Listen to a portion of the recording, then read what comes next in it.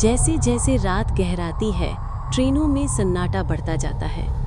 लेकिन कुछ ट्रेनें सिर्फ मुसाफिर नहीं ले जाती, वो ले जाती हैं आत्माएं भी। ये कहानी है उस आखिरी ट्रेन की जिसमें जो एक बार चढ़ता है वो फिर कभी लौट कर नहीं आता। क्या आपने कभी आखिरी ट्रेन पकड़ी है? तो आइए सफ़र शुरू करते हैं। रात करीब 11:30 बज रहे थे। सियालदह स्टेशन पर आखिरी लोकल ट्रेन बारुईपुर के लिए रवाना होने वाली थी।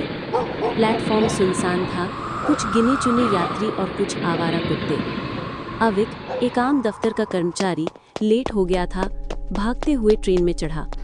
कोच एकदम खाली था।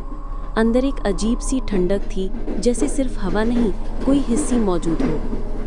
अविक ने खिड़की से बाहर झांका। घना अंधेरा, जैसे खुद रात उसे घूर रही हो। कुछ दूर जाकर ट्रेन एक अनजाने से स्टेशन पर रुक गई। स्टेशन का नाम था चंद्रडांगा।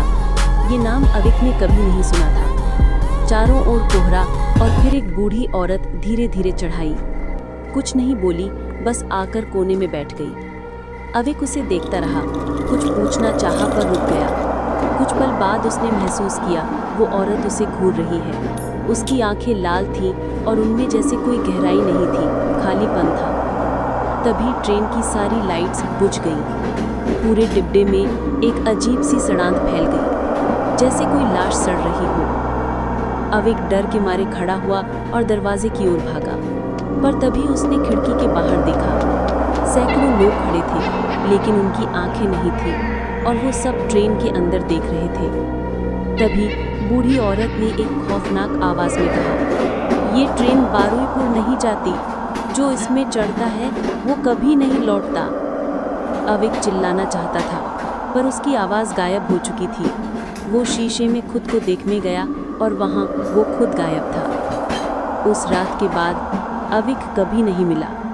लेकिन कहते हैं रात 11:30 बजे आज भी चंद्रडांगा स्टेशन पर वही ट्रेन रुकती है, बस इंतज़ार करती है अगली सवारी का।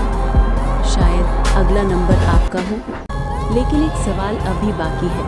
अगर अविक नहीं लौटा तो अब वो कहाँ है? इसका जवाब छुपा है हमारी अगली कहानी में।